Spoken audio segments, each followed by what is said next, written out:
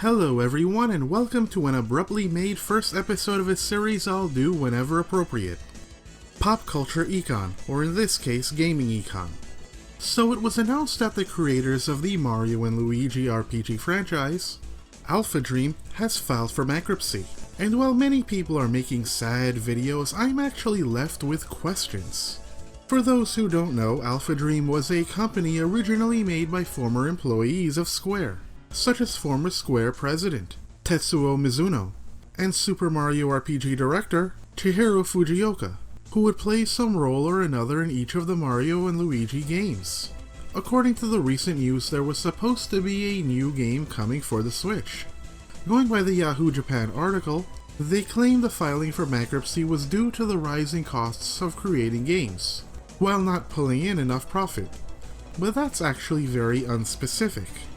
They were still making 3DS games and not ones which were technologically taxing, and I believe they were even using assets from previous titles, which means that the pre-production phase of the game and the overall time of the entire production would have been less than, say, a completely new game. So it's odd to say that costs are a factor, though as always, perhaps there is something I'm missing here. One of the real issues, as some have wondered, is that they were making games for the 3DS, a technically dead portable console that everyone has moved on from. And I am curious as to whose decision that was. Perhaps Alpha Dream, already in debt, thought that by reusing assets and making a remake they could pull in some easy money which could help fund the next title. Or was it Nintendo, who felt as if they shouldn't abandon the 3DS so abruptly, and still wanted games for those who were still playing one? Nintendo has been known for allowing support for systems long past their mainstream demise, and the 3DS was a case where many people did own a system. Moving on, another thing that I haven't seen are the specifics of this bankruptcy, namely as to whether or not this is the Japanese equivalent or Chapter 7, Chapter 11, or Chapter 13. Not all bankruptcy is the same, and not all bankruptcy is the end. To use United States law as an example, Chapter 11, also known as business reorganization, is when you still have a chance to turn things around. The court appoints an overseer and the plan to pay off the business's debts is set into place. Chapter 7, also known as liquidation, is when all of the company is dissolved and all of its remaining assets are sold to pay off its debts. I don't know exactly how Japanese bankruptcy laws work, but I can't imagine that they don't have similar options in place. The Yahoo article does make it sound like it's the end, but even that is scant on the details, so it's hard to specifically know.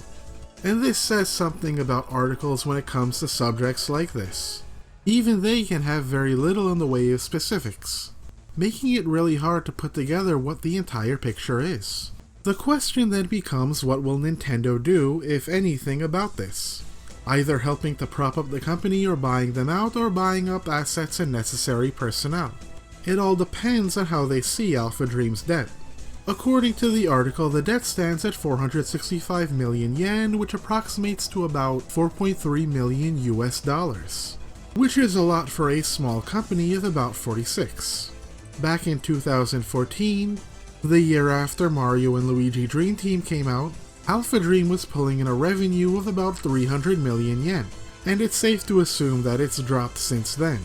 So even if they were to reobtain those levels, if you factor in production costs and business maintenance, it would still take them a while to pay it all off on their own.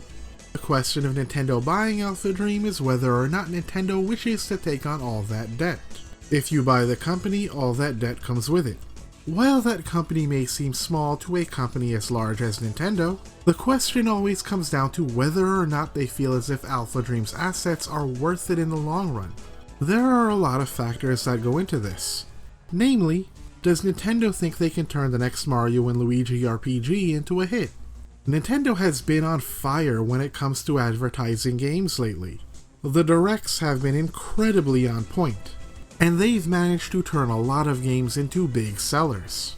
But it could be that they're hesitant when it comes to turn-based RPGs. Granted, they do have reason for confidence. Octopath Traveler worldwide has sold 1.5 million copies, and if a Switch Mario & Luigi game could match that amount, purchasing Alpha Dream, or at least its assets and some personnel, would be justified. But that is, after all, a big if. I do believe that Nintendo's producers know that there is at least some of a demand for these games, but it also all depends on what the board of directors say. And the case for Alpha Dream is a little tough to make. Even before the recent remakes, Mario & Luigi Paper Jam only shipped 1 million copies. Compare this to Dream Team's 2.5 million. In the eyes of the board, perhaps that would already look like a series in decline, even before the poorer selling remakes. Perhaps Nintendo's producers could have attempted to sway them, telling them that the remakes are not necessarily indicative of what Alpha Dream is capable of, and that perhaps this could be turned around. But with Paper Jam sales, that makes it all a hard sell.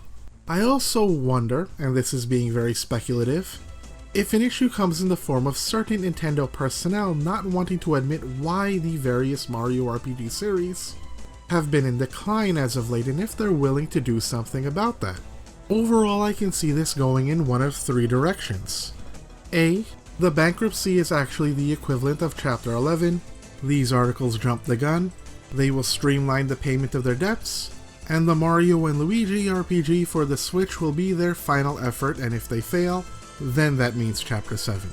The second is that this already is a Chapter 7 type situation, and that the company is dead and hopefully the employees will find a new place to go.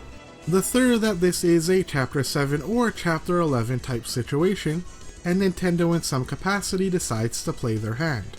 Perhaps the board believe that overall, it was better to allow Alpha Dream to die, not take on the debt, and maybe they'll purchase the necessary assets, the IPs, and personnel at a later date, synthesizing them into a smaller but sufficient development team down the line to make new Mario & Luigi RPGs.